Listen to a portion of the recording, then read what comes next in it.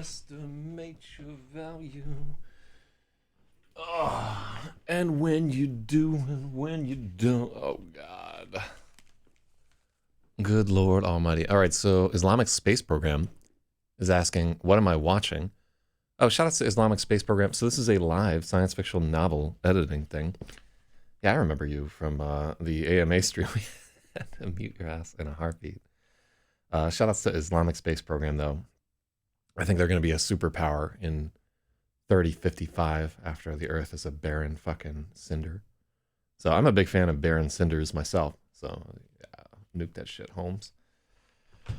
All right, so we're in day number 43 of editing the science fiction novel. I finally got a good bit of sleep last night, which important to yours truly, right there. For I don't know, you could tell like I was definitely going like 4 or 5 days straight, barely sleeping at all, drinking too much, eating shit food, and now I think I'm on the road to recovery. So sorry for a little bit of a late start to this old stream. Oh shit, big Jira in the chat right there.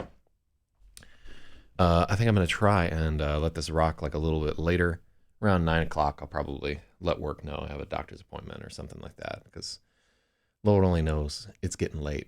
So shout outs to IRC Clown right there, which took a tremendous shit on all of its users the other day. Oh, finally Twitch went on. It took like 4 minutes for the Twitch stream to synchronize. We were trying to stream to a new fucking service this morning, but I only half-assed configured it. It's like some, I can't even remember the name of this motherfucker. Something.tv, but it's for like artists and shit like that. But apparently I didn't configure it right and it don't matter. So we're going to try to go through chapter 58 again. We should go through chapter 58 again, but I'm not going to fucking do it. I want to move final note. Per Stratum's request.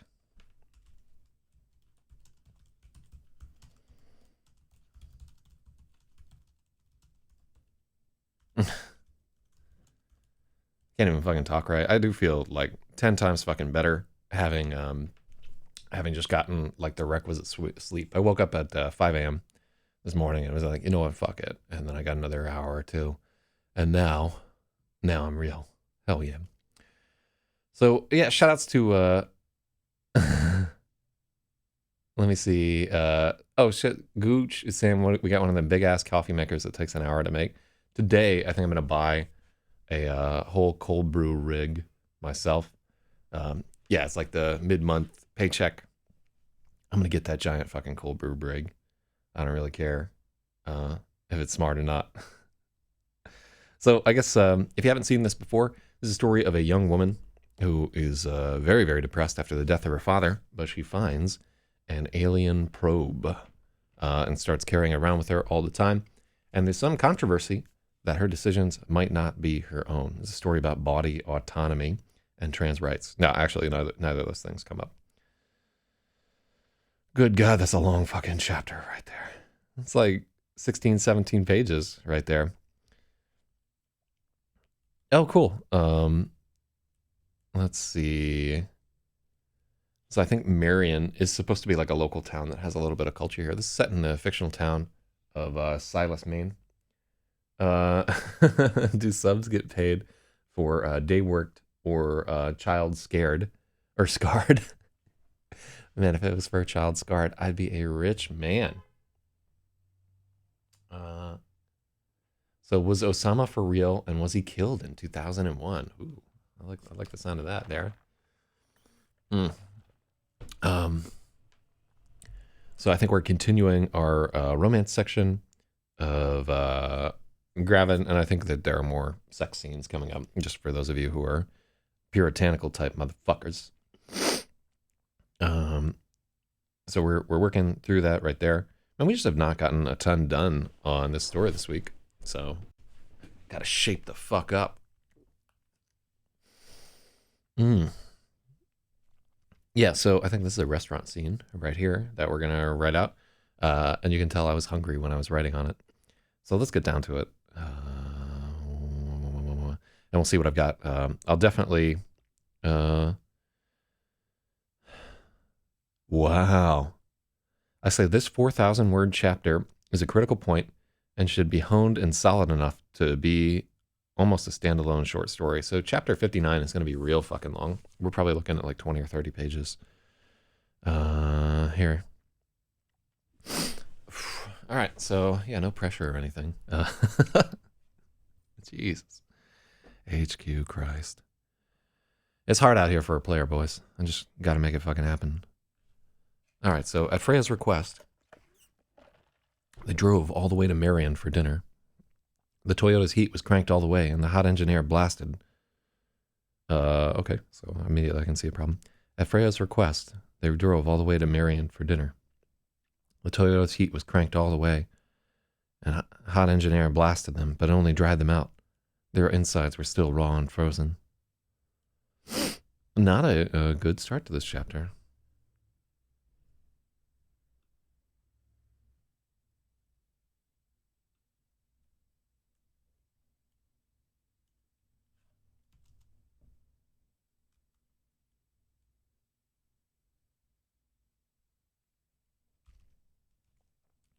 The Toyota's heat was cranked all the way, but it only dried them out. Their insides were still raw and frozen.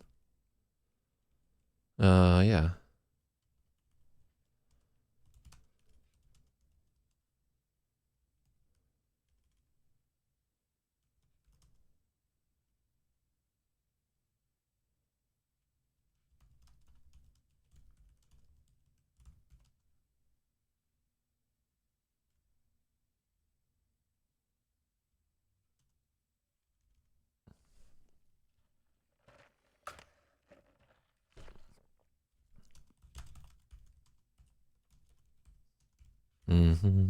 Yeah, I don't like that for a bunch of reasons. At Freya's request.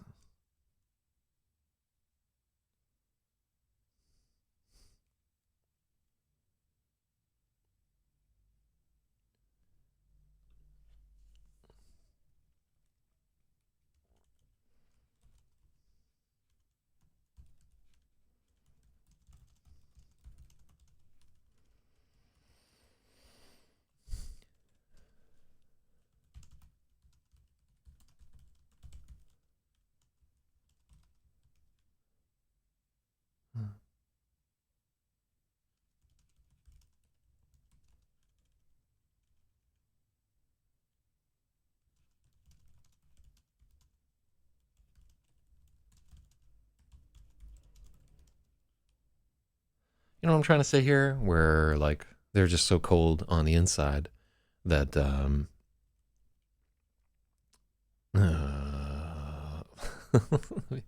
out here like, durr. Mm-hmm.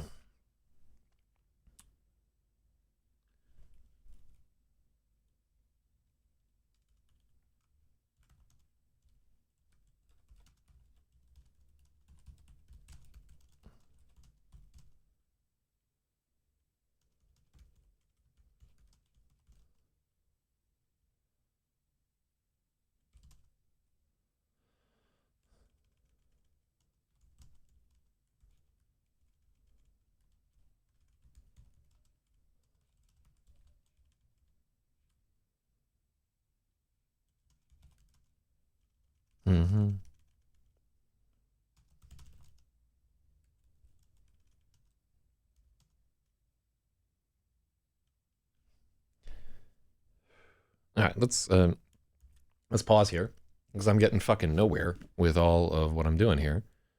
Wait, what's the comment on Toyota?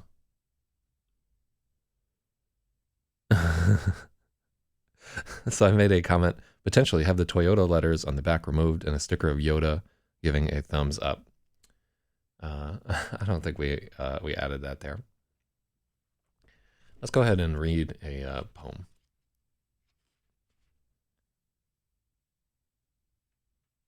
We're going to read Day's End by Charles Baudelaire. And I just want to reframe my mind a little bit. I can see that I'm struggling and I need to clear my head and get into a better space. So, this is The Death of Artist by Charles Baudelaire. The death of artists. How often, grim caricature, must I jingle my bells and kiss your bestial brow? Until my aim is true, the circle squared, how many arrows forfeit to the void?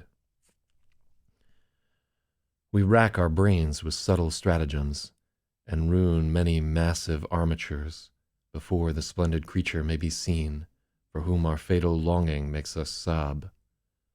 To some, their idol will not be revealed, and these doomed sculptors, branded with disgrace, upbraid themselves and lacerate their breasts, nursing one hope, sepulchral capital, that death, as it fills the sky like another sun, will make the flowers of their devising bloom. Gangsta. Oh shit, we got Meep Sheet out here. Saying good morning. Meep Sheep, all of IRC Clown went down. We're trying to describe.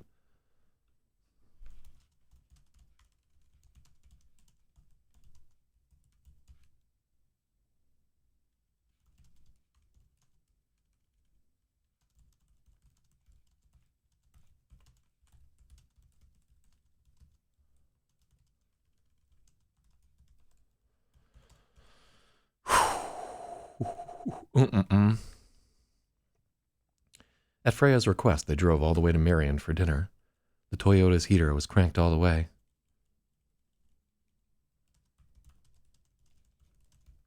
The Toyota's heater was cranked as high as it could go, but it would not thaw them.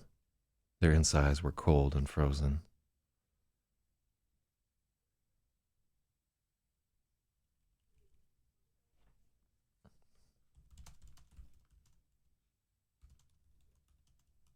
Mm-hmm.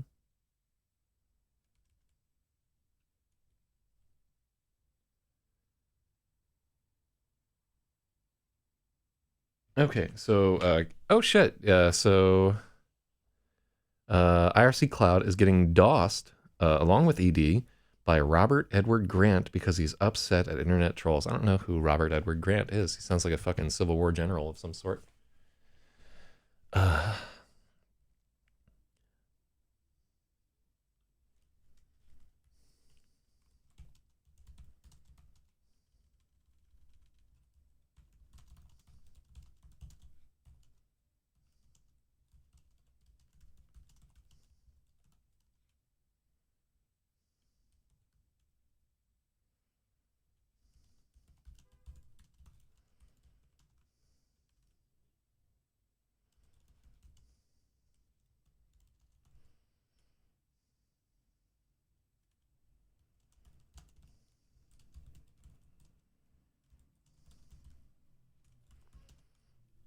Yeah, they, like I want them to feel like chicken breasts here. Hell yeah. Let me see. Or getting DDoS by whoever he is paying. He gave a TEDx speech that was basically Time Cube. Oh, okay. Fucking love the Time Cube, dude. God, what a G. I just wish I wasn't educated so stupid so I could better comprehend the marvel of nature's harmonious, simultaneous 4-day time cube. So Hoan Kim, I think it's something like Sacred Turtle or Lake Turtle or something. Hoan Kim is return sword for a lake where an ancient turtle was. So Hoan Kim was the only Vietnamese, and shout outs if you're Vietnamese and can pronounce that or verify it, just let me know, was the only Vietnamese restaurant for 100 miles in any direction, but they didn't rest on their monopoly. If anything, the food and decor were slightly too ambitious for the locals. Traffic.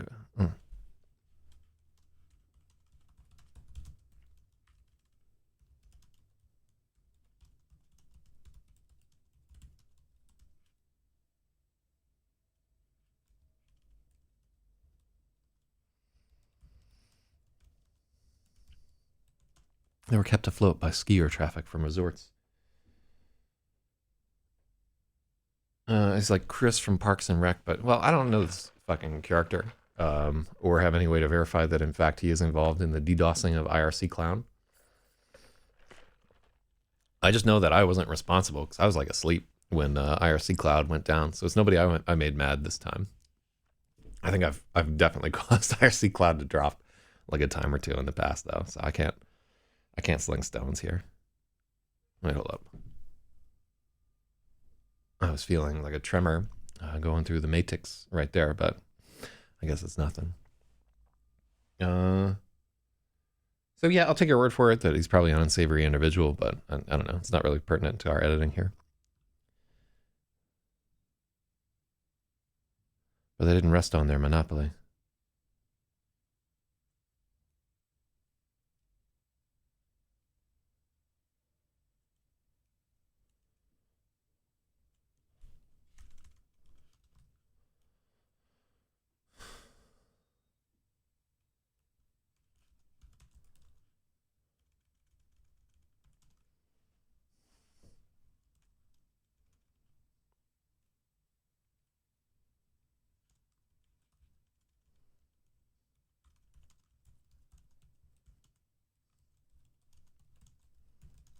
Mm-hmm. They were kept afloat by skier traffic from resorts. It was definitely a Randall place. The owners were two brothers from New Orleans. Randall would take their money playing cutthroat and lose it right back, playing Tien Lin. That's Big Ten. Freya liked the Nguyen's. They were like a comedy duo. The older brother had a strong accent and he was always serious. Oh, so shout outs. This is just me writing these two Vietnamese guys that I was friends with named Mike and Steve. They used to run a deli on the corner by the hotel that I ran in New Orleans. So yeah, they're fucking real ones right there. Did I even name them that? Freya liked the Nguyens. They were like a comedy duo. The older brother.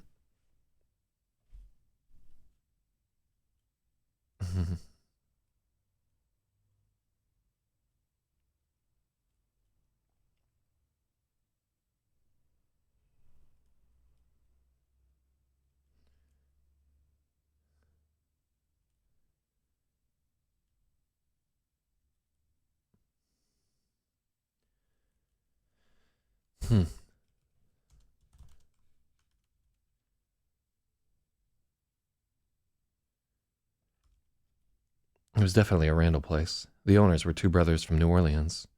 Randall would win their money playing cutthroat and lose it right back playing Tien Lin. Freya liked the Nguyens.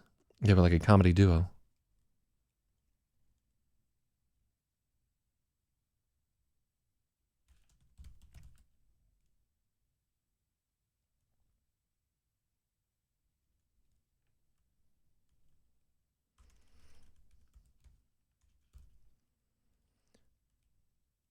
Freya liked the Nguyens. The pair were like a comedy duo. The older brother had a strong accent and was always serious. The younger brother was fully Americanized and forever teasing him.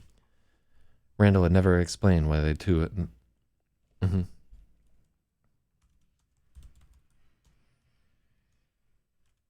Randall had never explained. Let me see.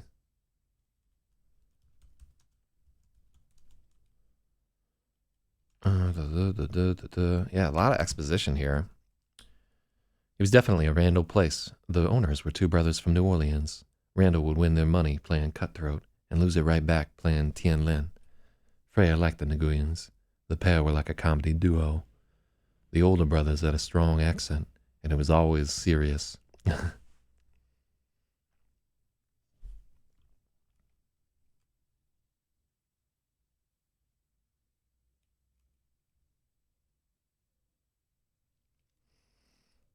It was always serious. The younger was fully Americanized and forever teasing the older. Yeah, yeah. That's why this paragraph needs some fucking work.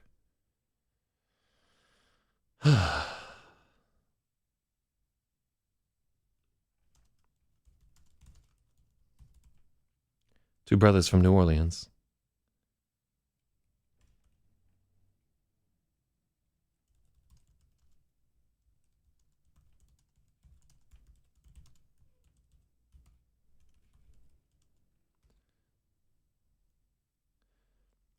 Randall used to take their money playing cutthroat and then lose it right back playing Big Ten. Freya liked the Nguyens. The pair were like a comedy duo. Mike had a strong accent and he was always serious.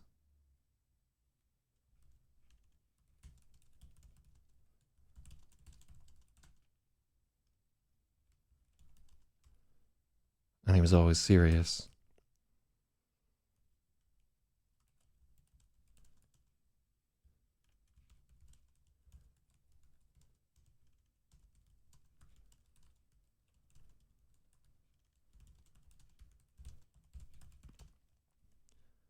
Mm-hmm.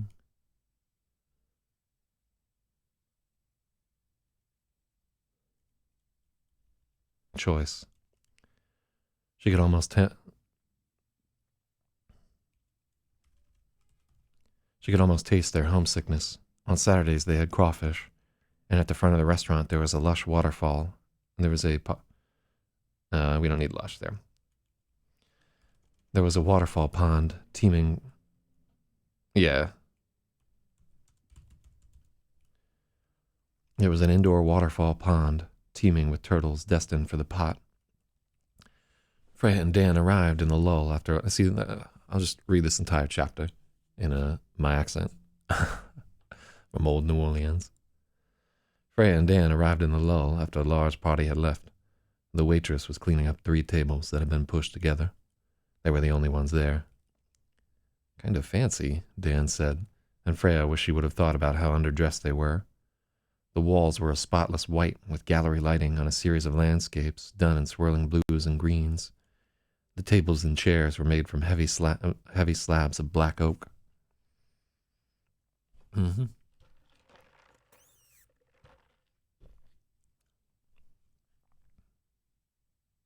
Let's check out the swirling blues and greens.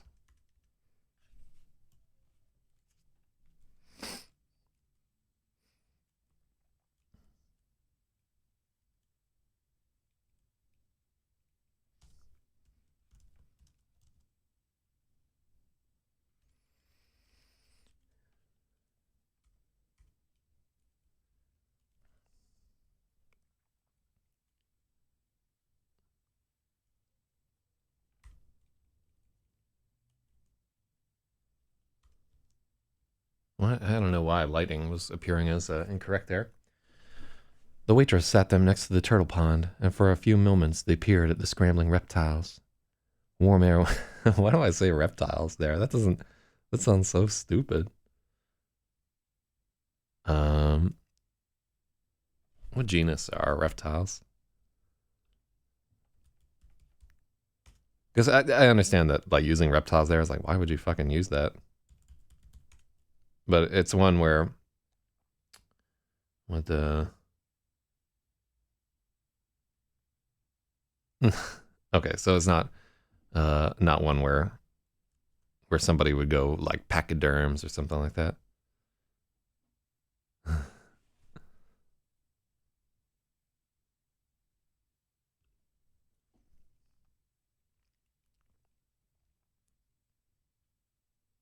Reptilian Anderson.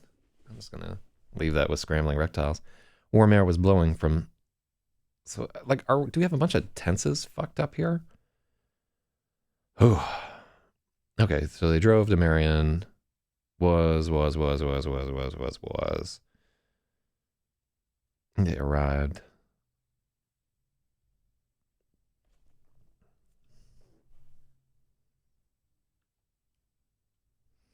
Warm air was blowing from the vents overhead to keep the turtles warm, and they benefited by proximity.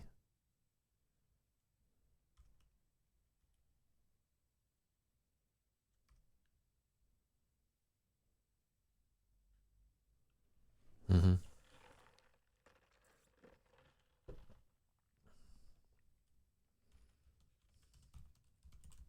It's totally worth the drive.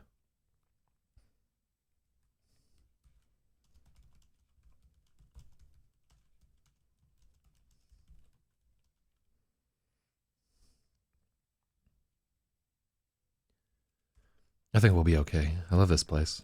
I think we'll be okay. Don't ask for spicy unless you really like spicy, though. They're pretty serious about it. Even the medium is respectable. Dan nodded at her warning and peered at the menu.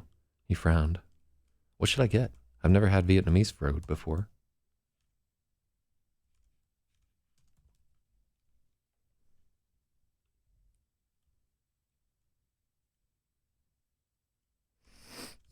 Um,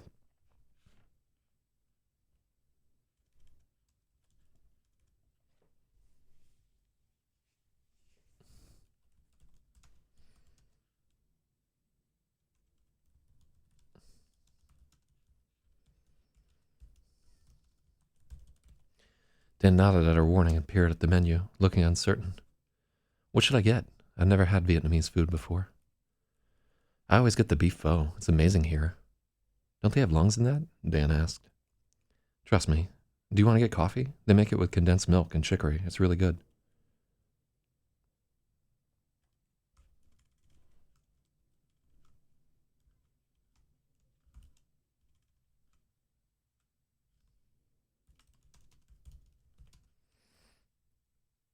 Just a little. Do you want to... He's like, not about that tripe life. Or tripe life.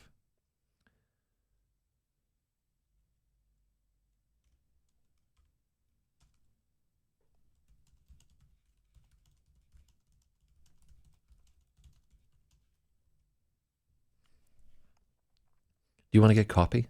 They make it with condensed milk and chicory. It's really good. Okay, he smiled, and she smiled back. There were so many things she wanted to show him. But his eyes were back on the menu, and she could see he was uncomfortable again. She raised her eyebrows at him, and he leaned in close, speaking in a dire whisper. Freya, this is $19. She was immediately relieved. Finally, a problem she could actually fix. Yeah. Let's scroll back a little bit.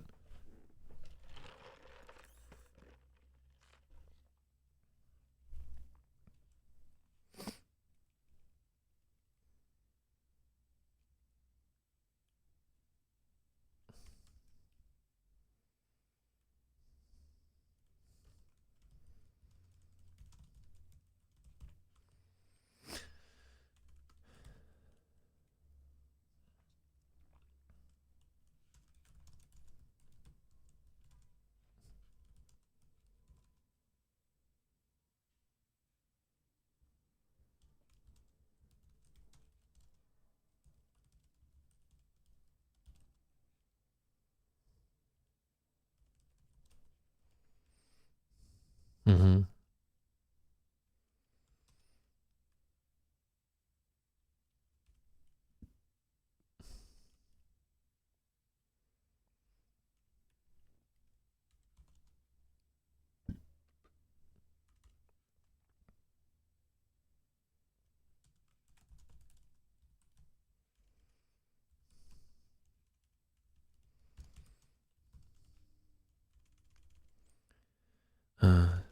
Yeah, let me see.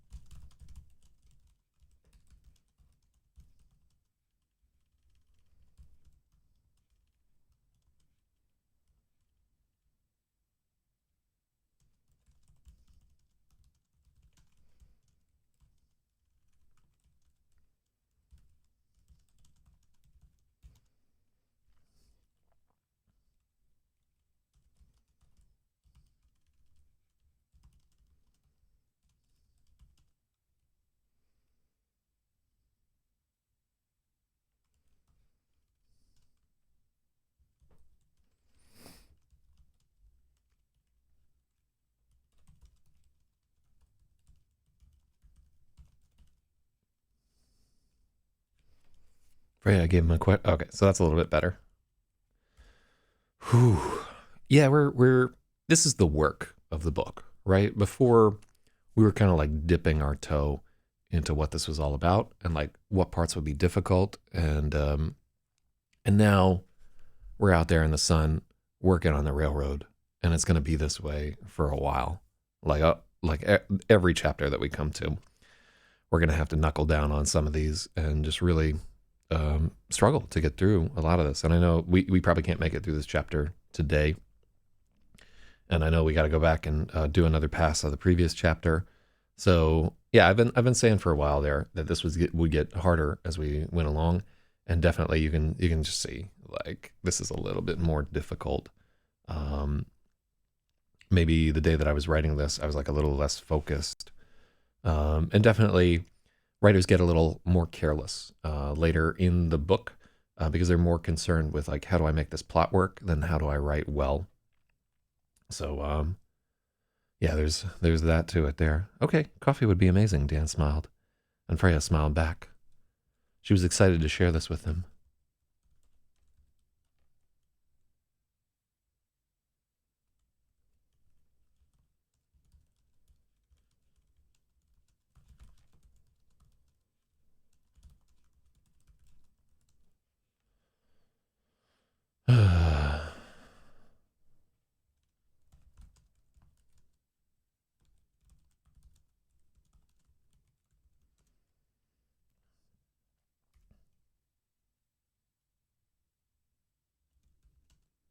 But Dan was still frowning at the menu. Okay, coffee would be amazing, Dan smiled. And Freya smiled back. She was excited to share this with him. She loved coming here with Randall. But Dan's eyes dropped back to the menu.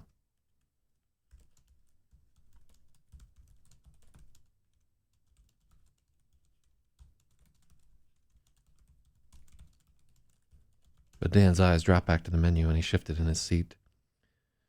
Freya gave him a questioning look, and he leaned in close, speaking in a dire whisper. Freya, this is $19. Oh, God. Oh, there's Spathy Wall. Yeah, sorry to start so late out there. I'm actually about to send a bunch of fucking equipment to India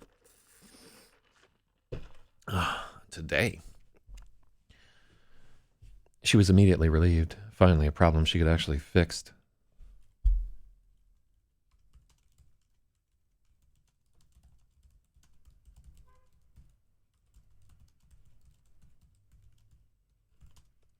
I'll get it, don't worry. You drove me all the way out here. I can't let you pay for me, Dan protested. Dan, 30 minutes ago I was you, Freya said, and something about the way she said it stung them both. They were silent for a few beats. We don't need silence.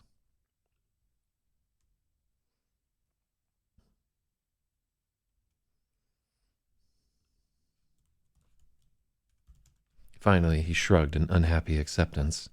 They had bigger things to worry about. The waitress finished clearing the tables and splitting them apart into a neat row, and then she came to take their order.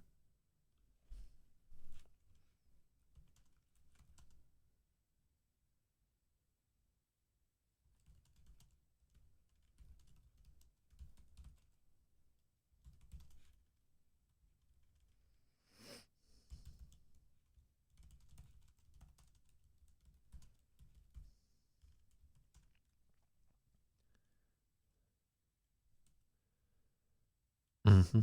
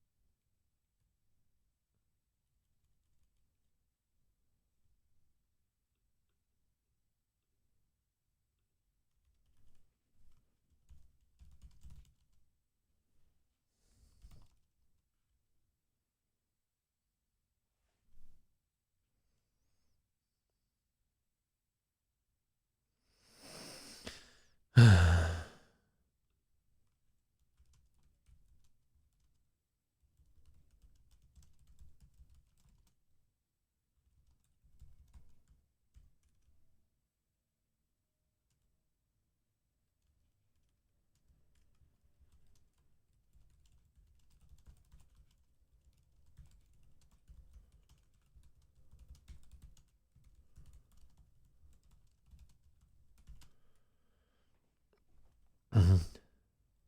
Her voice was friendly but forced.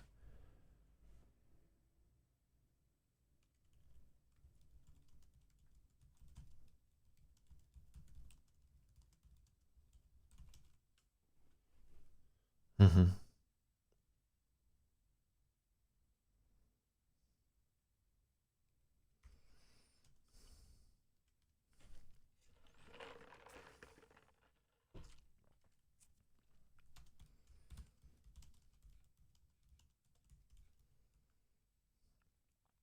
Mm-hmm.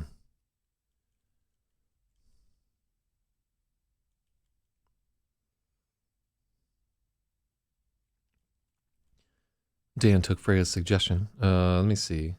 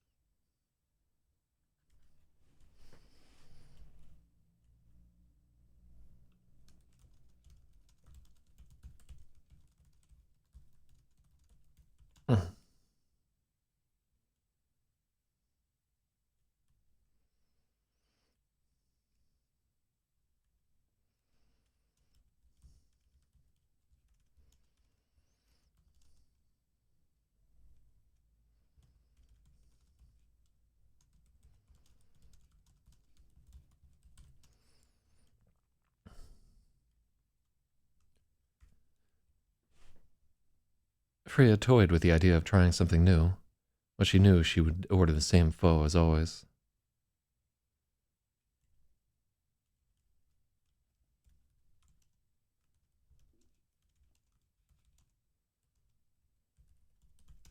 It was just too good to deviate. Dan took her suggestion and ordered the same. They waited until the waitress vanished into the kitchen. They didn't want to be overheard.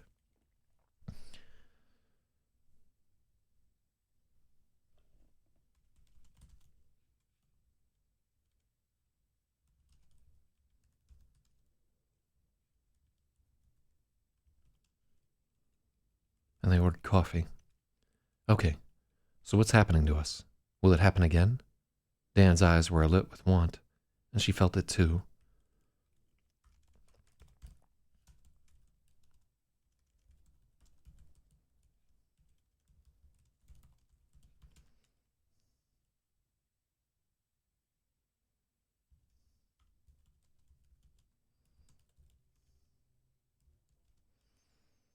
Mm-hmm.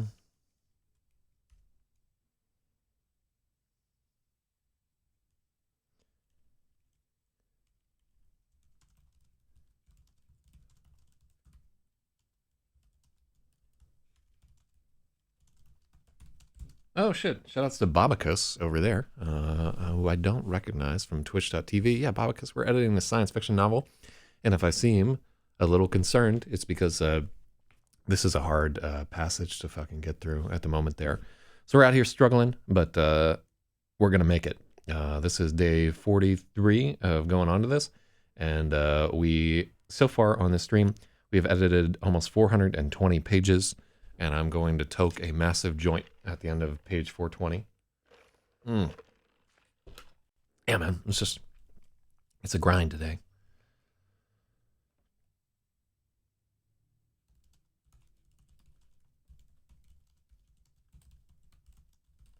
Okay, so what's happening to us? Will it happen again? Dan's eyes glimmered with want.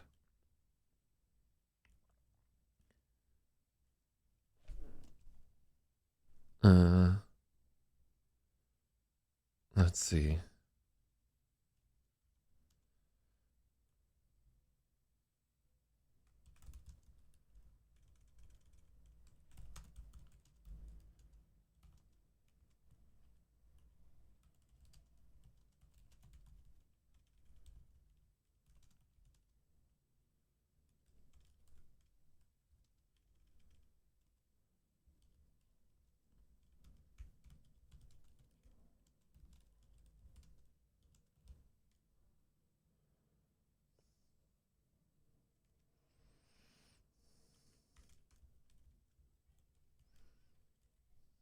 Freya could hear the hunger in Dan's voice.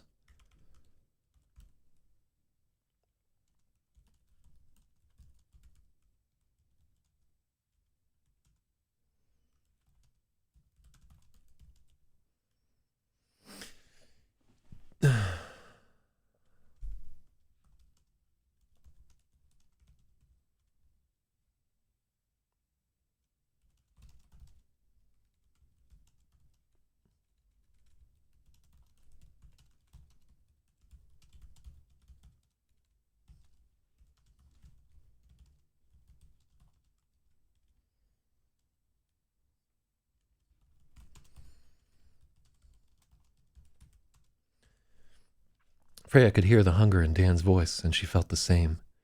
The desire to return to the feeling they'd shared on the track kept rising at the back of her thoughts, crowding out everything else.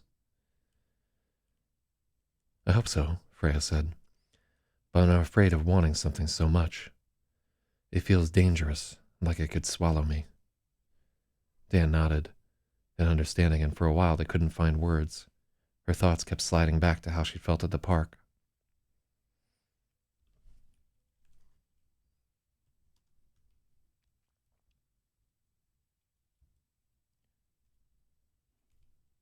Mm-hmm.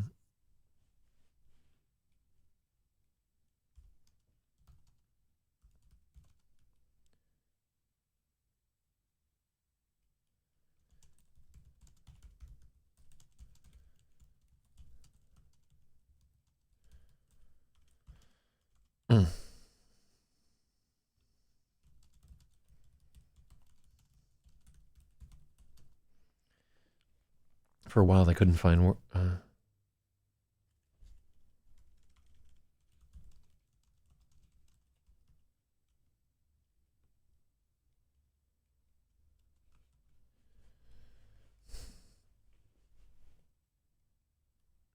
I hope so, Freya said, but I'm afraid of wanting something so much.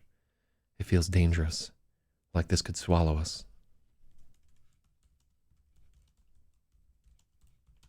Mm-hmm. Dan nodded. For a while, they couldn't figure out what to say. Her thoughts kept sliding back to the park.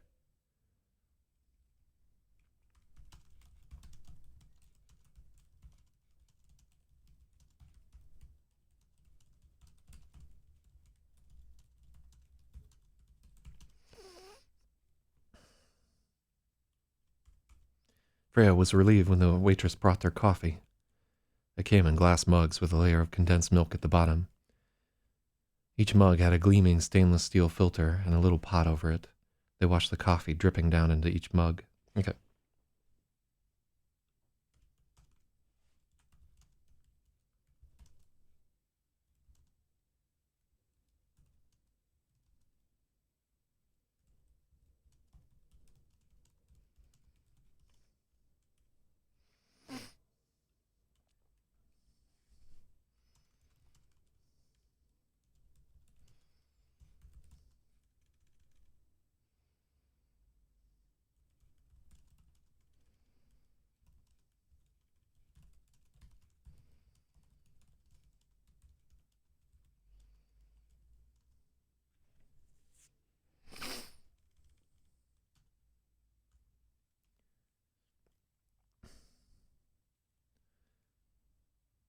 It came in glass mugs with a layer of condensed milk at the bottom.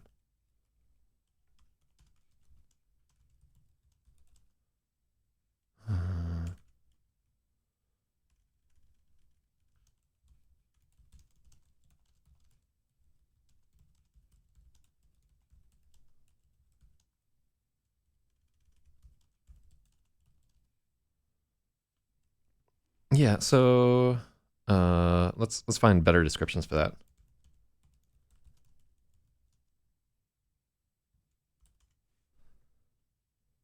Yeah, these little guys. What are these?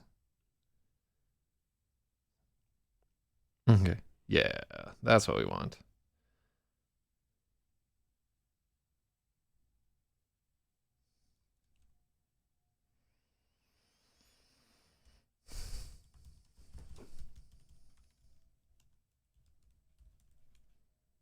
Mm-hmm.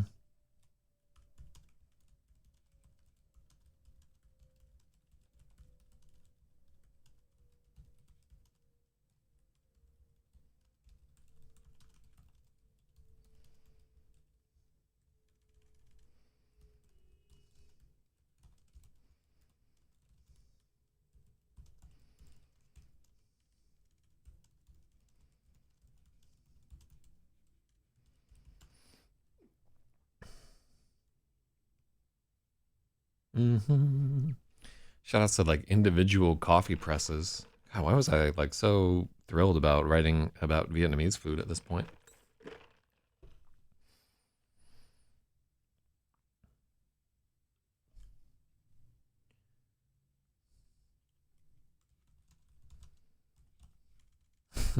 Freya was relieved when the waitress brought their coffee.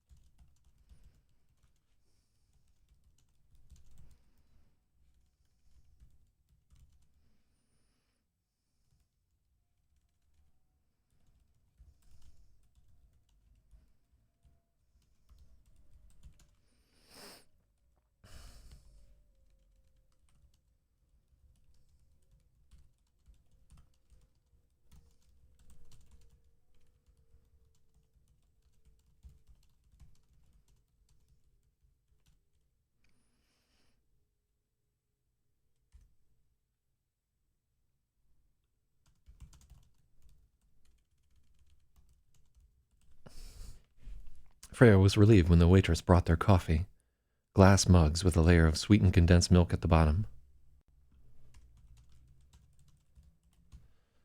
It was served in glass mugs with a layer of sweetened condensed milk at the bottom. On top were...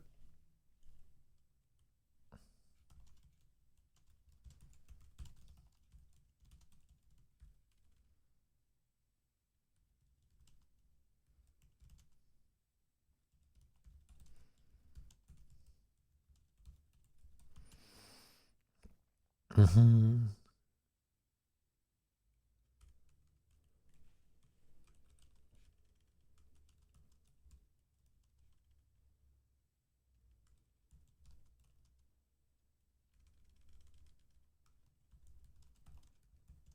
Yeah.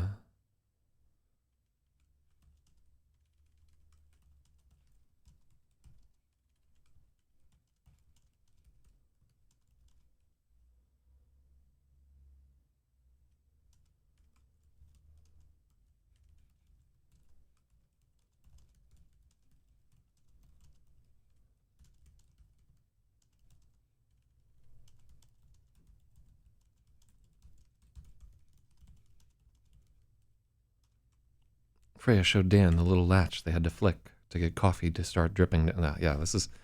Oh. You know, some days we fly on this river, some days we struggling.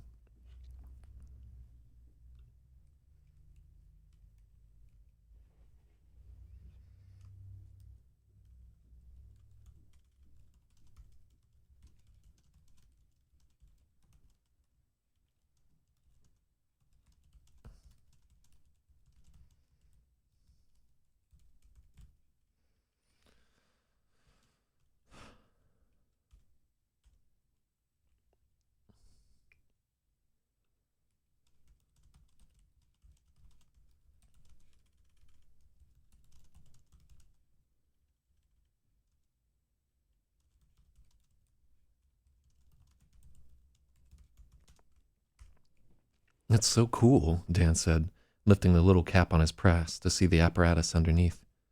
I'm glad we don't have these at the diner. Imagine having to wash one for every cup of coffee. It's so worth it, though.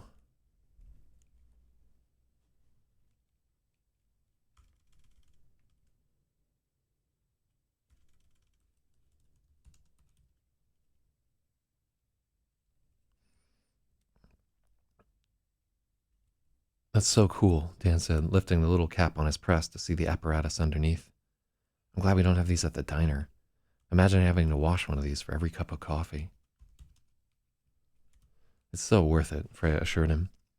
When the coffee had brewed completely, she lifted off the filter and stirred gently with a little spoon until rich Jovian clouds roiled through her glass.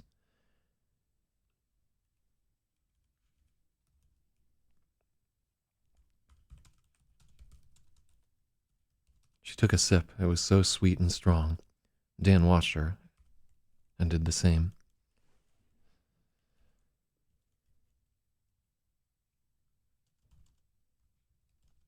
Mm-hmm.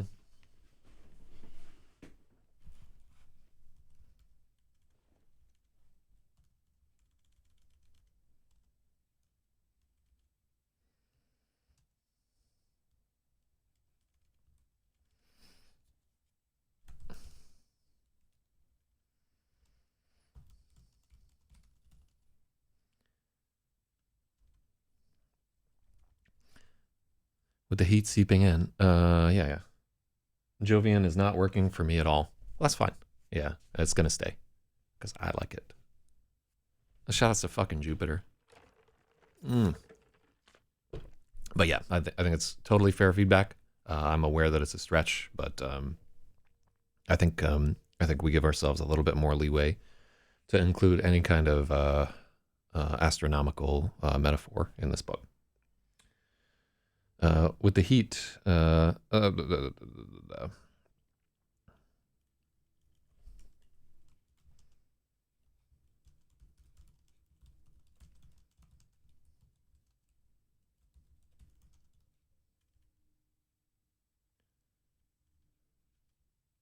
let's see.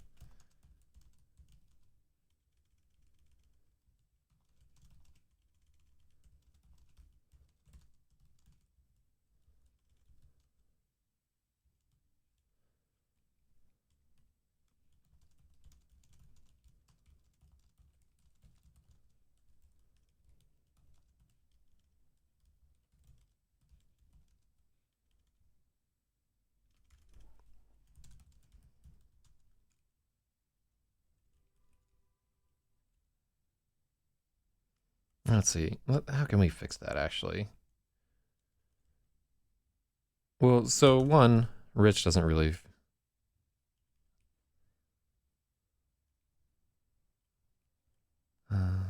let's see.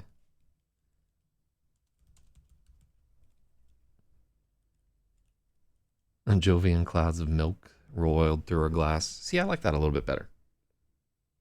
Yeah. Well, he's like it's a fair criticism there in that so rich and Jovian, those two words don't go together at all. Like, and in fact, we don't really have any business using Jovian there, and it just rich had to go. I think it's a little bit stronger that's there, and so even like where like I know I want to have the word Jovian in there, it's still worth considering. Like, why doesn't it work for this person? Can we earn the right to include this word? And it doesn't stick out quite so bad. Yeah. Like every suggestion that we get in here, always going to try to consider it deeply, even if I want to go in a different direction. Because if something sticks out enough that somebody is willing to like lift up their voice and say, "Hey, fuck ass, this is wrong," which is like it's not easy to say, "Nigga, you wrong," at any point in context. Um, while we have like this relatively small audience, I'm going to consider all those suggestions and try to work through it.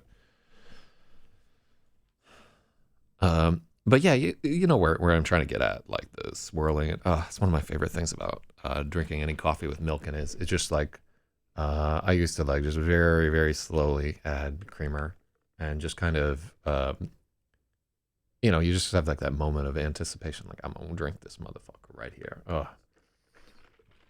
loving it.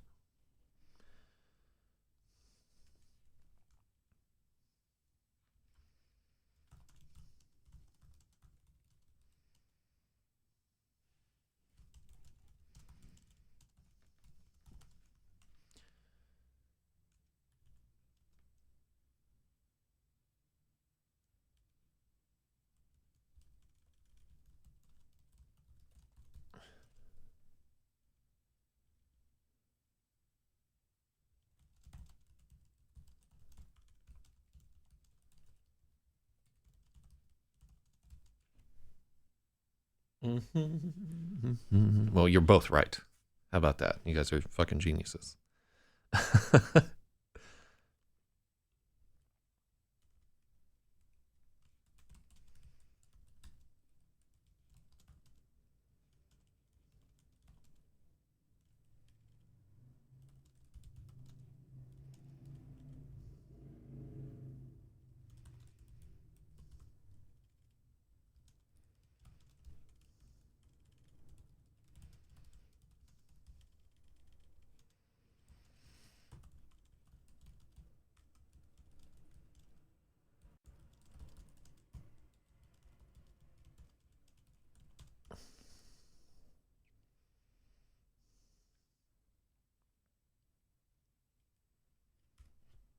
Mhm.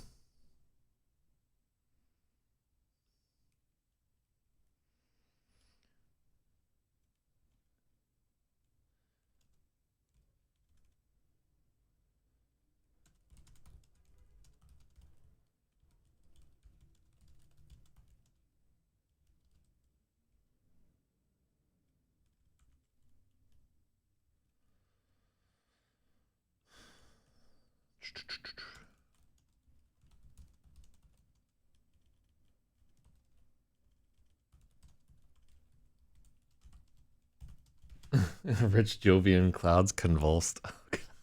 So awful. What have we done to the earth?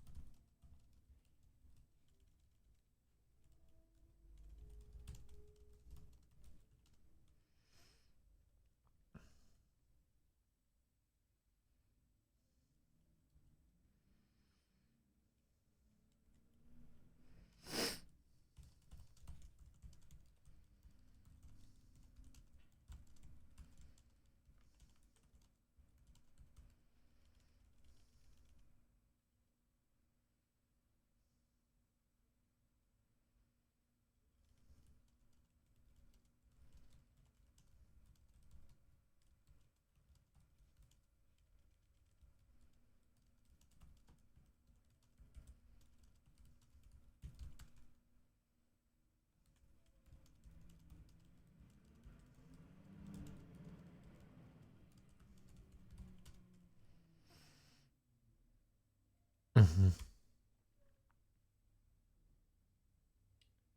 Not here today, but I don't need to be conscious for typos to jump out and stab me in the brain.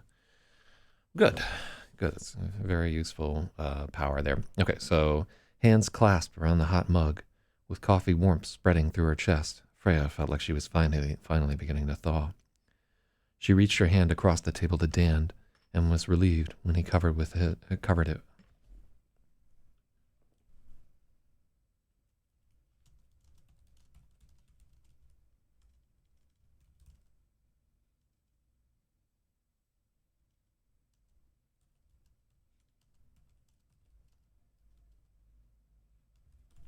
And was relieved when he set his hand on hers.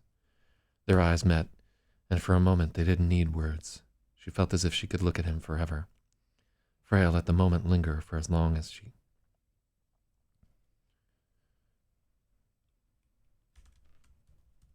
Freya felt as if she could look at Dan forever. She let the moment linger for as long as she could. Okay, are you ready? Freya asked. There was a long pause before he nodded. I think we cut. She slid her hand back across the table and into her pocket. Freya set the star ball on the table between them. She held it between her thumb and forefinger so it couldn't roll away. Dan stared at the violet orb. Oh yeah, the brow furrowed is too much.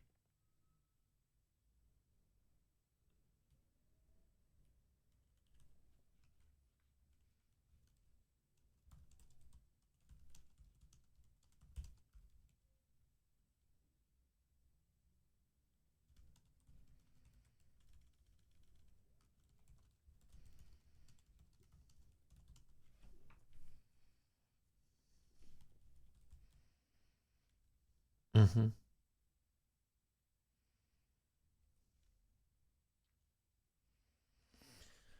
Just a sec. Oh.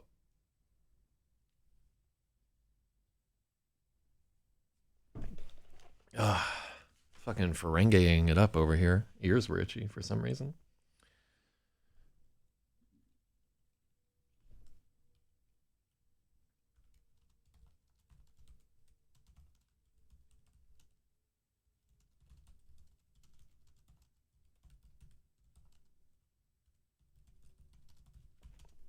No, there's no tablecloth.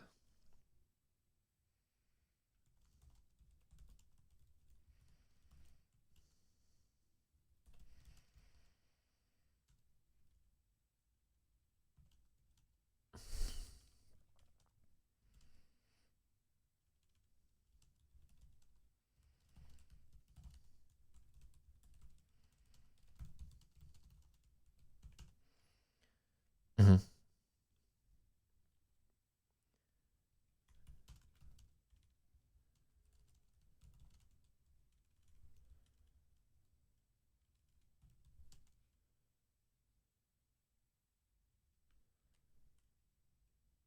Yeah, let's just ignore.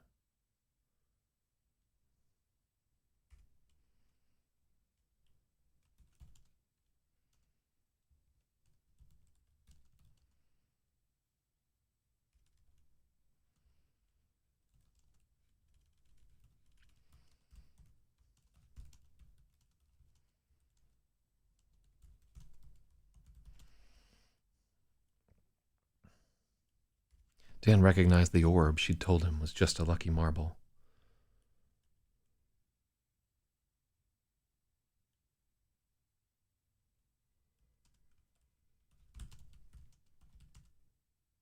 I got Logic in the chat. I got Spathy Wah. Y'all are true friends right here. In my darkest hour. That's not the darkest hour. I just had a rough fucking week, man. I gotta get back in the string of sleeping and eating well. But today might be the day.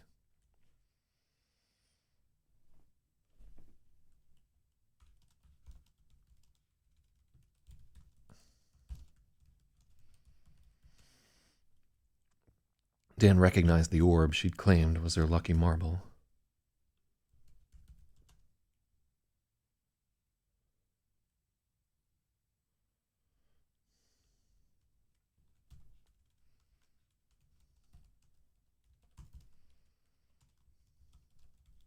Mm-hmm.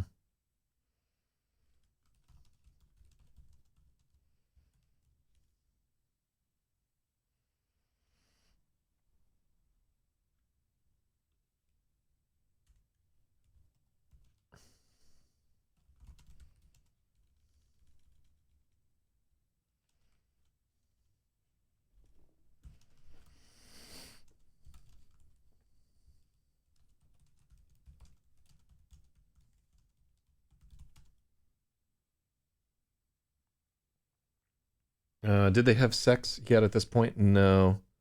Um, also, this is not a YA novel, and like the sex will not happen at the penultimate chapter. But I think you might have a ways to go here. I can't remember exactly if I don't even remember if they do fuck. So my mind is a blank slate. I'm discovering this all with you.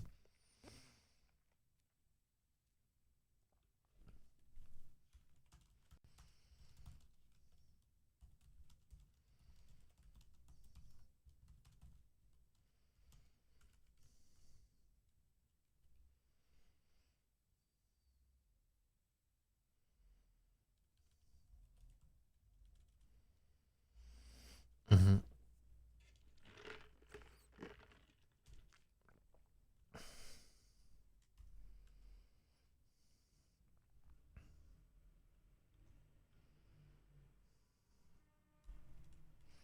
Dan recognized the orb that Freya had claimed was their lucky marble. Slowly, he turned over his hand to look at his palm where he'd been stuck. Freya, she saw the sudden clarity in his face, and she knew exactly how he was feeling.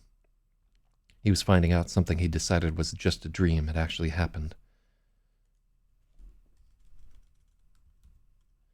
Finding out something he decided was just a dream had actually happened. His hands found the sides of the table and he gripped the heavy black top.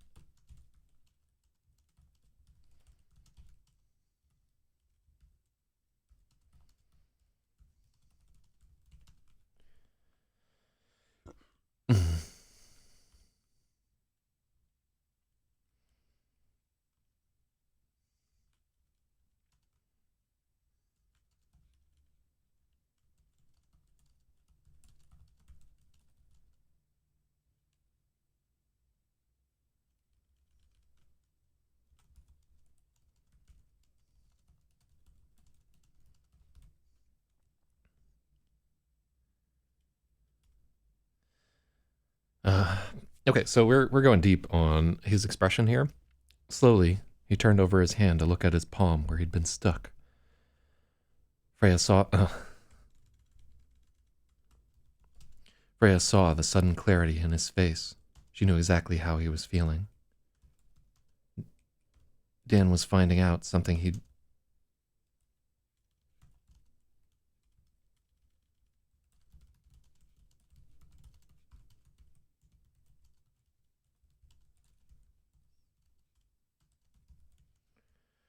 Dan was finding out something he'd convinced himself was only a dream had actually happened.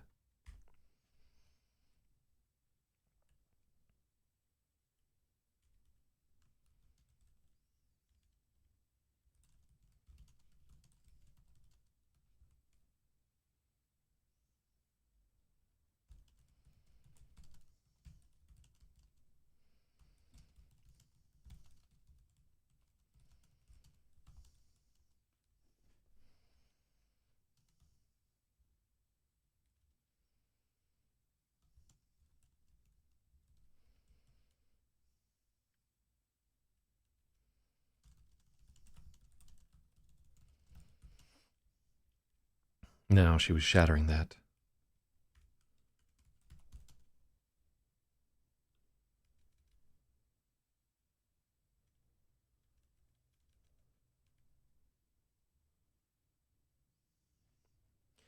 Freya saw the sudden clarity on his face, and she knew exactly how he was feeling. He'd convinced himself it had only been a dream.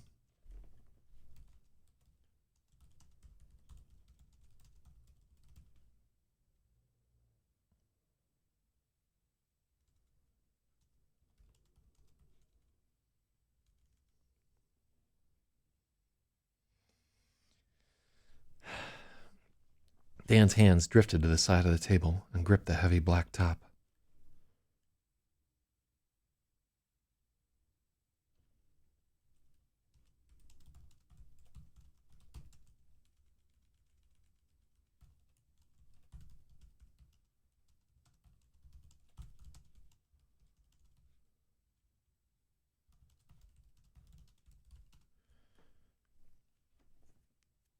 Dan's hands drifted to the sides of the heavy tabletop, as if he were about to flip the whole thing over.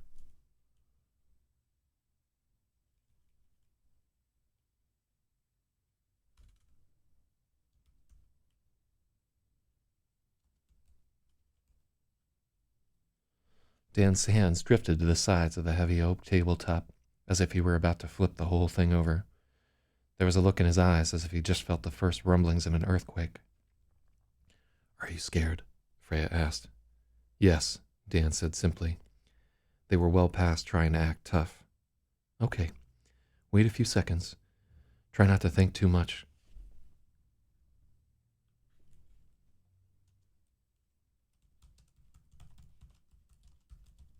Try not to think about anything. Just listen.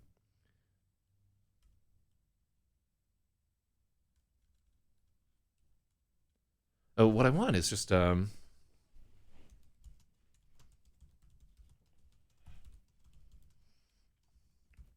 Okay, wait a few seconds. Try not to think about anything. Just pay attention to how you feel. Dan nodded with his mouth tight, eyes locked on the orb.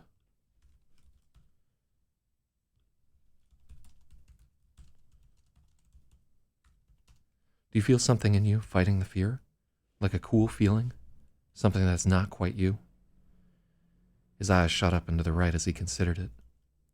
"I feel it. I felt that before. I didn't know what it was. It's the starball doing it. If you touch it, you can feel it gets hot from the effort."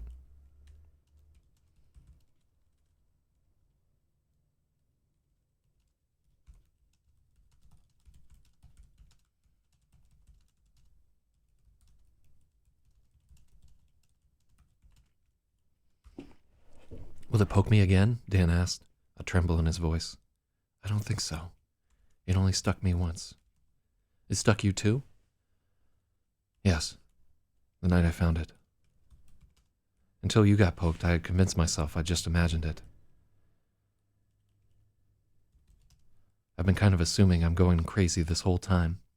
You don't have to touch it if you don't want to." Dan hesitated, but then reached out and said it.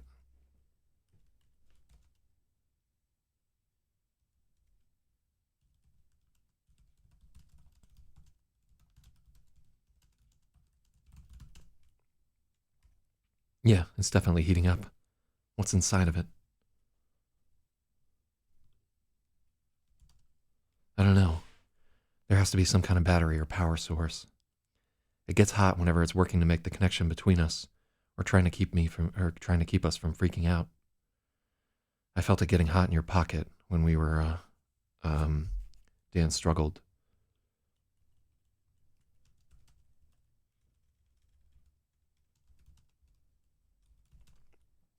When we were, Dan struggled for words. Together, he concluded. His eyes darted from the starball to Freya. He was so anxious. "Freya, what is that thing?"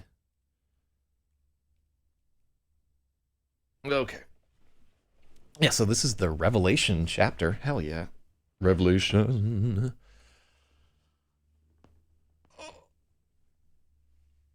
Oh. Let me see here.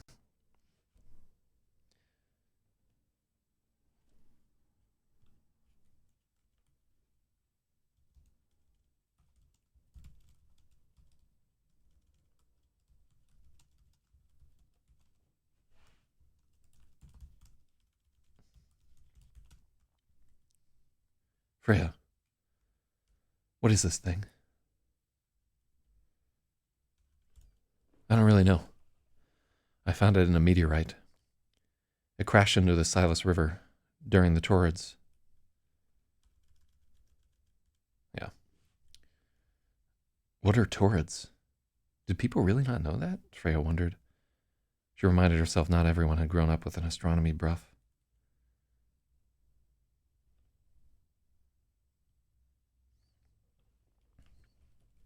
It's a yearly meteor shower, caused by one of the Apollo group asteroids that might have broken off of the Enki comet. I don't think this is a Taurid meteorite, by the way. I found it encased in an outer shell of almost pure nickel, about the size of a baseball. Meteorites aren't like that.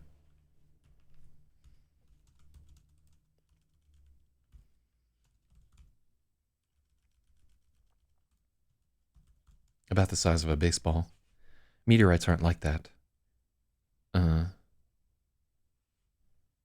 Well, she says it.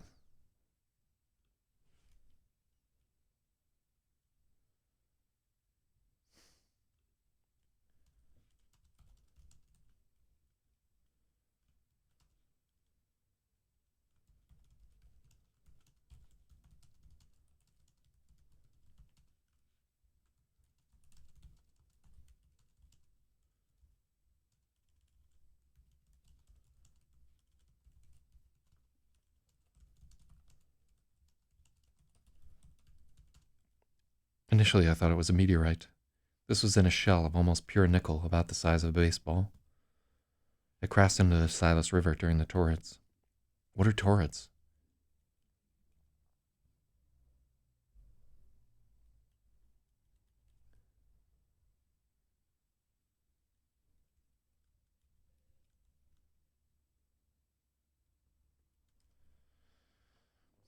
It's a yearly meteor shower, caused by one of the Apollo group asteroids that might have broken off of the Enki comet. I don't think this is a Taurid meteorite, by the way.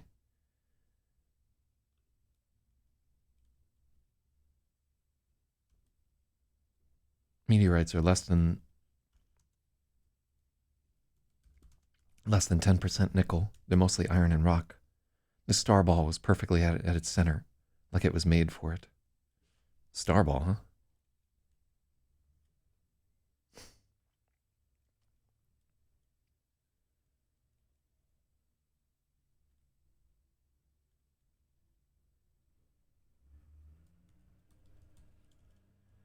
The starball was,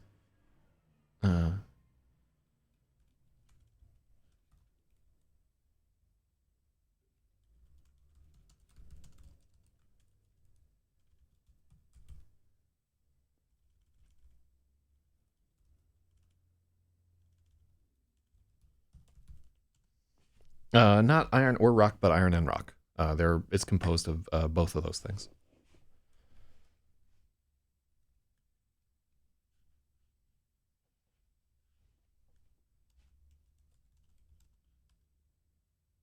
Oh, I see what you're saying.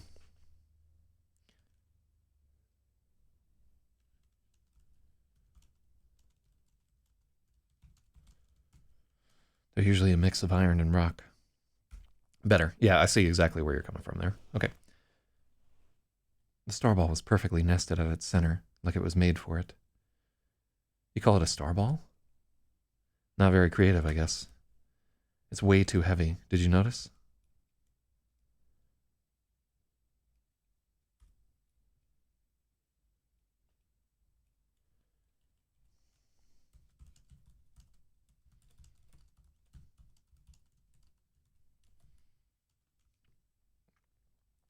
It's very dense and heavy for its size. Did you notice? Can I? Dan asked, and she nodded. He hefted the starball and handed it back to her. Yeah, is it lead at the center or something? No clue, but it's heavier than lead should be. I looked at it under a microscope. The surface is actually a grid of triangles. I think this is either an alien probe, or it is itself an alien, Freya said.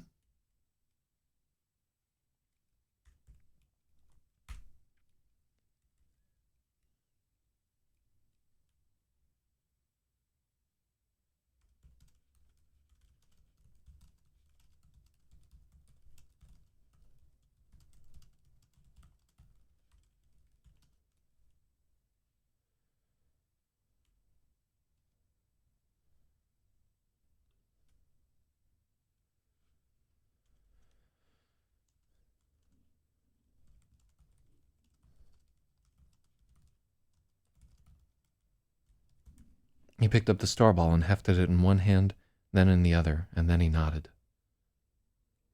Yeah. Is it lead at the center or something? No clue, but it's heavier than lead would be.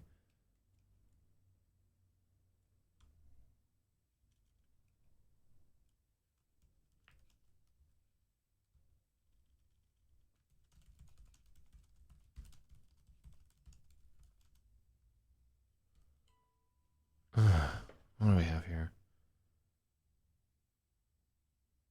Thomas Manelli. Okay, hold on.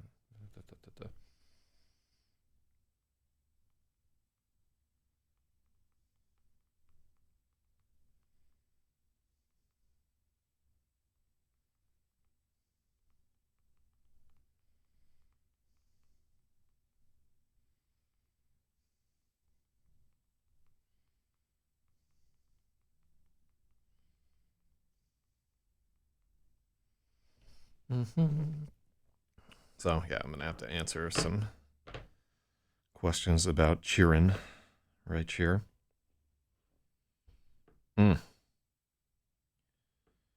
Why do you do the things you do? Yeah. Sorry about the long distance delay. Well, it's like a 30-second delay for everybody there. I actually wonder if we should, I could set this to be like a 2-second lag for this. You would see more buffering and stuttering for some people, but it might be worth it for this stream to just set it, because like there's so much interaction with viewers. Like those 2 seconds really do count.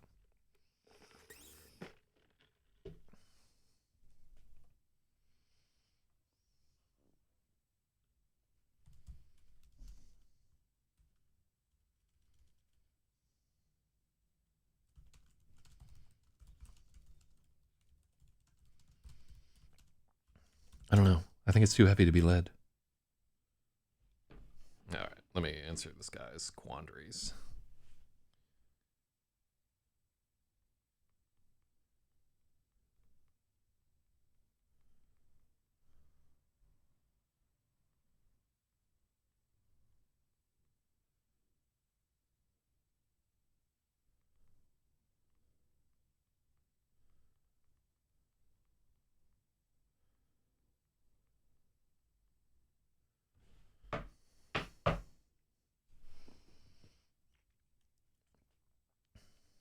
I've looked at it under a microscope.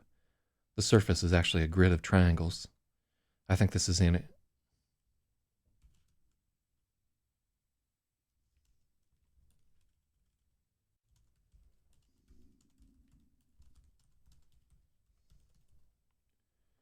It looks too precise to be man-made. Would she say man-made, or is she...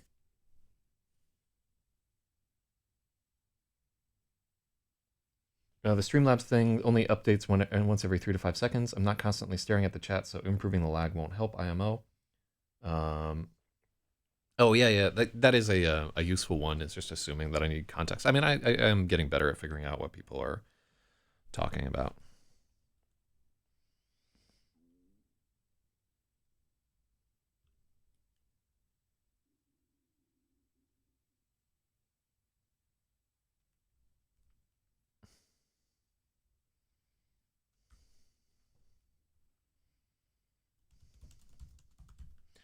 I don't know for sure, but I think it's too heavy to be lead. I've looked at this under a microscope.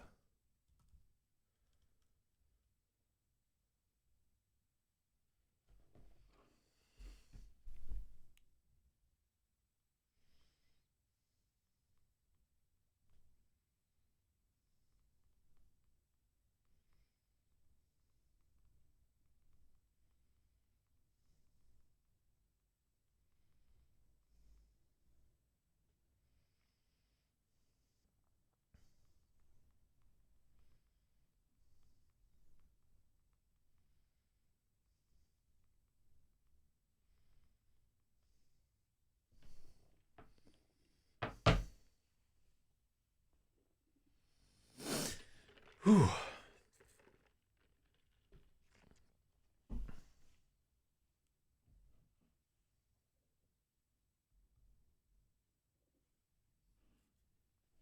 All right, so unfortunately, I'm going to have to end. We barely even got to fucking stream here because I woke up so late.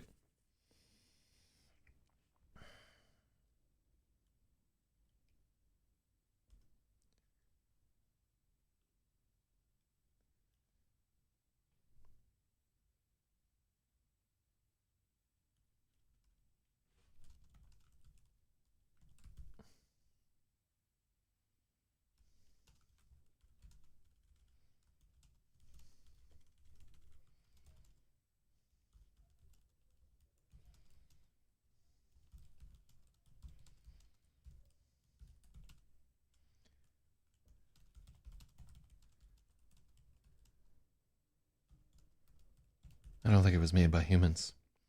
I think this is either an alien probe or it is itself an alien.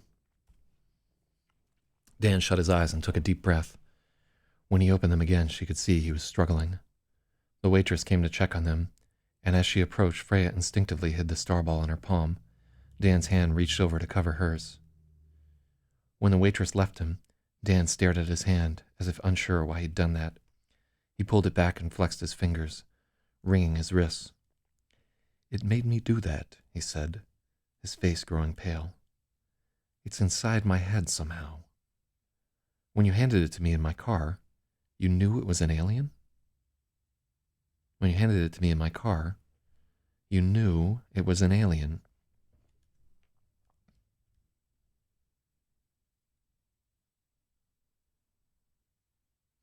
Oh, yeah, so we're really trying to do a lot of work with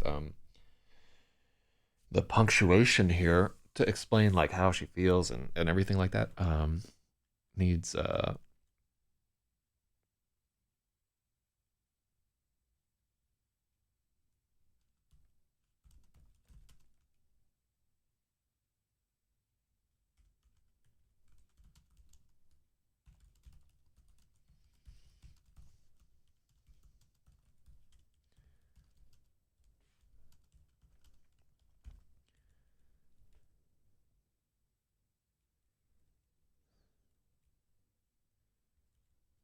okay, so we have an extra space there.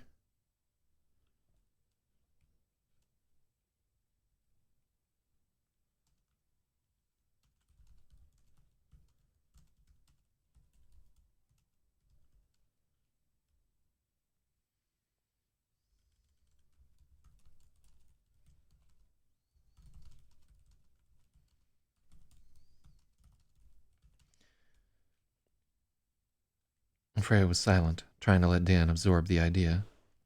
The waitress came to check on them, and as she approached, Freya instinctively hid the starball in her palm.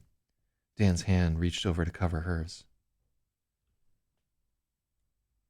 When the waitress left them, Dan stared at his hand, as if unsure why he'd done that. He pulled it back and flexed his fingers.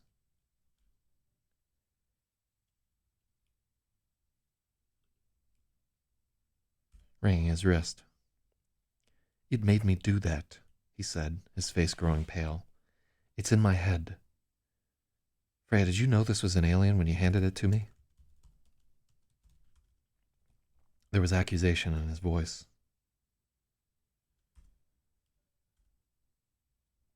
Oh no. She felt like the floor was dropping out from under her.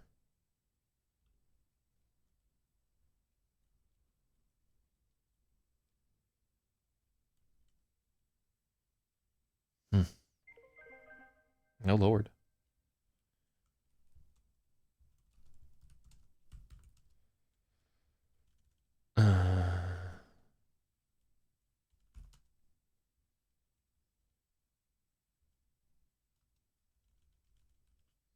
This was what she'd been afraid of.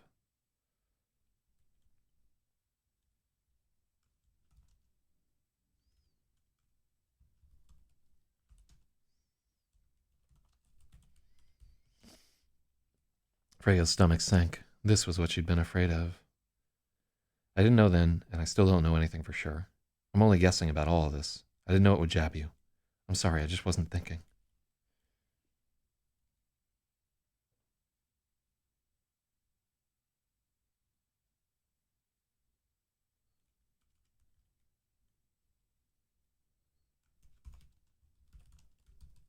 "I'm really sorry."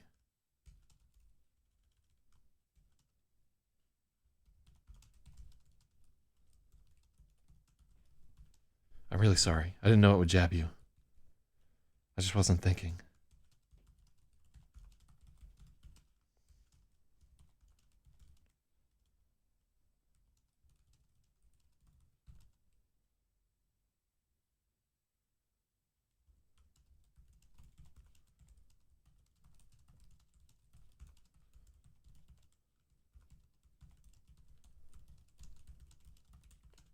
"I'm really sorry. I didn't know it would jab you. I just wasn't thinking. I really don't know what this thing is or what's happening. I'm only guessing at all of this. What if we're like infected with it? What if it's controlling us? What if it made you give it to me so I would catch it too? I don't.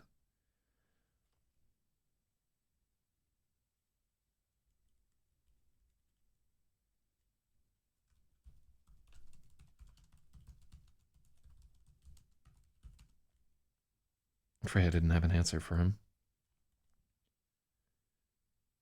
It's trying to get me to stop freaking out right now. I can feel it, Dan said, clenching his hands into fist.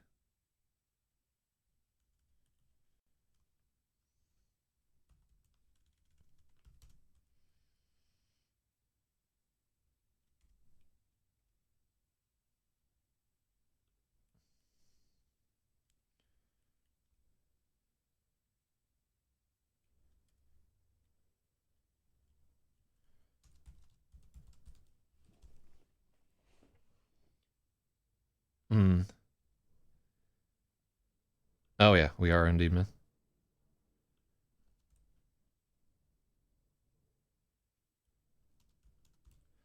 I'm really sorry, Dan. I didn't know it would jab you. I just wasn't thinking. I really don't know what this thing is or what's happening to us. I'm only guessing at all of this. What if we're like infected with it? What if we're infected with it? What if we're like infected with it? What if it's controlling us? What if it made you give it to me so I would catch it too?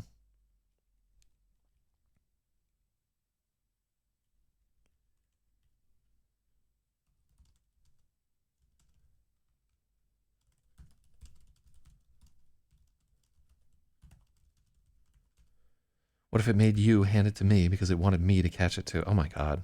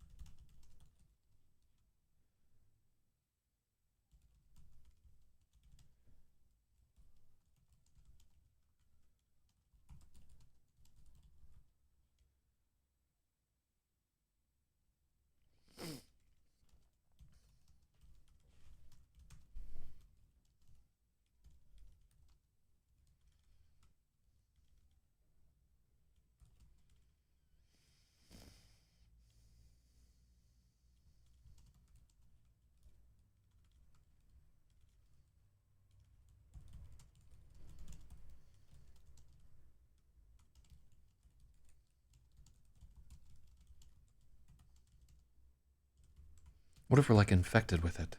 What if it's controlling us? What if this starball made you hand it to me because it wanted me to catch this too?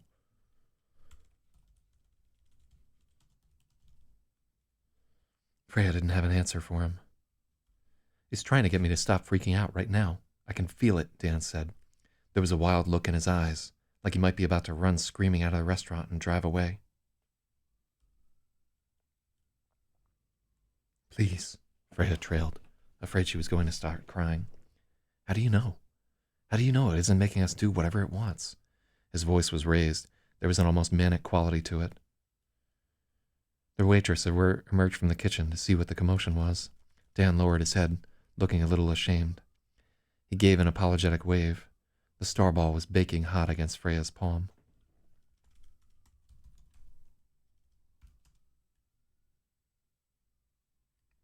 The starball was hot against Freya's palm.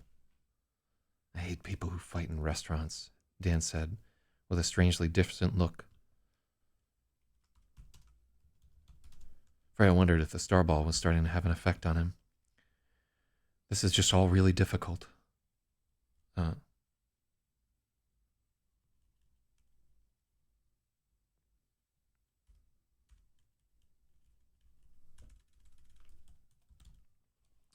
With a strangely absent look, Freya wondered if the starball was starting to work on him.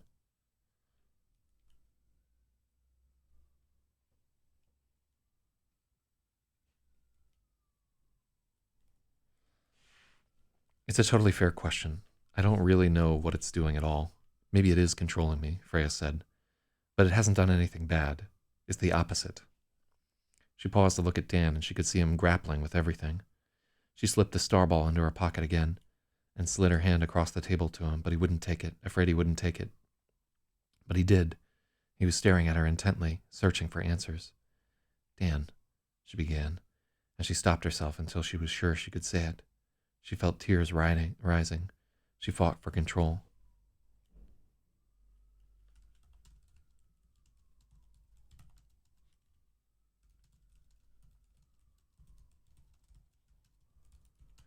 When I found it, I was at the river to drown myself, she admitted at last.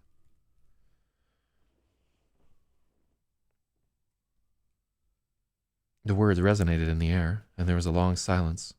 For the first time, they noticed the music in the background, too low to hear anything but the highest notes above the waterfall and the singing or sighing vents.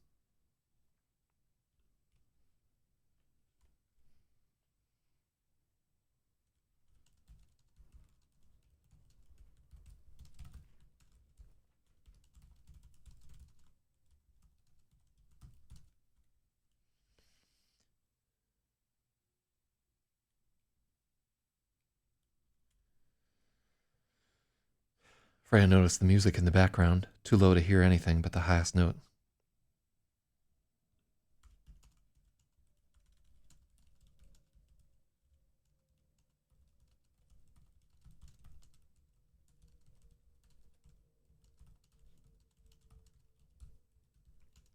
It was too low to hear anything but the highest notes above the sound of the waterfall. How close did you come? Dan asked.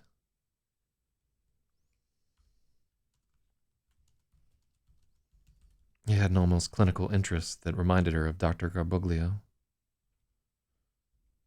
I went into the river.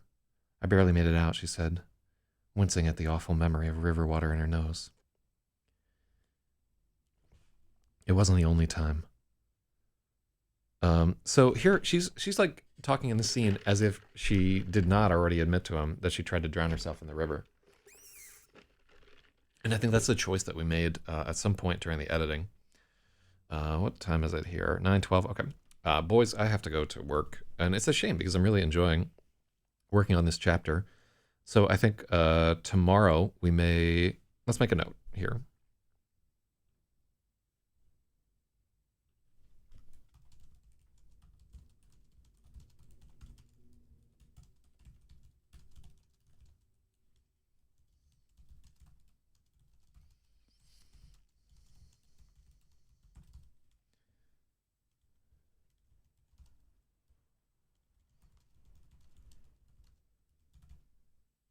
Mm-hmm. Done. Okay, cool. So yeah, I think that's going to be it for today's session. Sadly, I'd like to write longer, but I think I got to get to work a little bit early today. And then tonight I'm going to go see 1917. So I'll let you know if that's any good. Thank you for your amazing edits and everything, and for being a part of this. Yeah, sorry that my schedule's like a little fucked up, but I think tomorrow I'll be back in the swing of doing this at like 6 a.m. or something like that. I'm hopefully over the hurdle of fucking wilding out. I don't know if it's the NAD fucking with me, but yeah, I had I just had a weird week. I'll explain on the other show a little bit about all the crazy shit that went down sort of over this weekend and the last few days. But good God, yeah, it's embarrassing and weird. Okay. Speaking of embarrassing and weird, thank you for being a part of this, and we out here.